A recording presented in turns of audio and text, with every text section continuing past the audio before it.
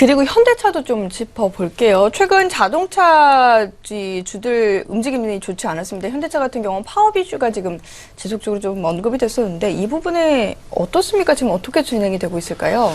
네, 현대차 파업에 대한 이슈를 좀 많이 있고요. 지금 일단 서 있지만 기본적으로 노사 간의 협의 중이죠. 합의. 아마 협의란 표현이 더 적합할 것 같은데요. 협의 중입니다. 서로 간에 다시 한번 정리가 되면 12일, 즉 다음 주부터 재파업하겠다는 표현을 하고 있고요. 현대차 노조도 파업을 좀 오래 했기 때문에 정부에서 긴급 조정권을 발권하면 즉시 파업하겠다. 그런 어떤 강수를 좀 두고 있습니다.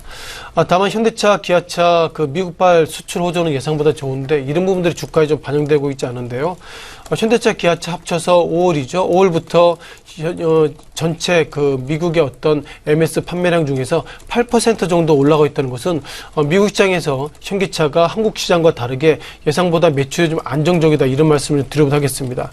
통상 우리가 튼튼하다는 일본발 자동차 종류들도 예상보다 부진하는데 그 가운데서 한국은 현기차에 상당히 MS가 높아지고 있다는 것은 어쩌면 이것이 현대차, 기아차 제품이 좋은 것도 있겠지만 그만큼 가격을 좀 싸게 팔아서 MS를 맞추는 것은 아닌가 이런 어떤 의혹도 좀 잠깐 해봐야 될 것 같고요. 따라서 파업 악재가 예상보다 현대차의 흐름들을 좀 악재를 보고 있습니다. 또한 3분 실적 예상보다 부진한 모습을 가지고 있는데요. 현재 13만 원대 전후로 예상보다 힘겹게 좀 보고 있고 지난 10월 4일 어제 같은 경우에는 약 2.5% 상승을 좀 보이고 있지만 여전히 전체적인 틀거리를 봐서는 파업 악재 그리고 3분기 실적 예상보다 부진하다 이런 관점이 현대차의 악재 모습을 보고 있다 이렇게 보면 좋겠습니다.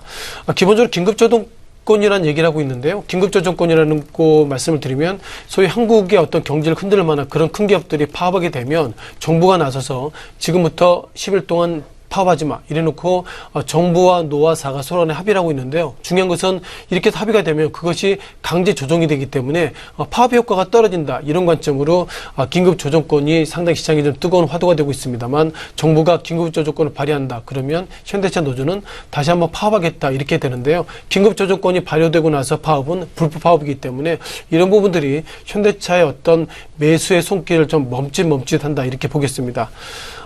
또한 삼성증권에서는 현대차가 예상보다 부진한 가운데서도 업종별 최선호 우선주로 놓기 때문에 삼성증권에서는 여전히 현대차 주가가 하락하더라도 매수 관점으로 접근하십시오. 이런 어떤 페이퍼가 있어서 이런 페이퍼로서 리뷰를 좀 정리해야 될 것 같습니다.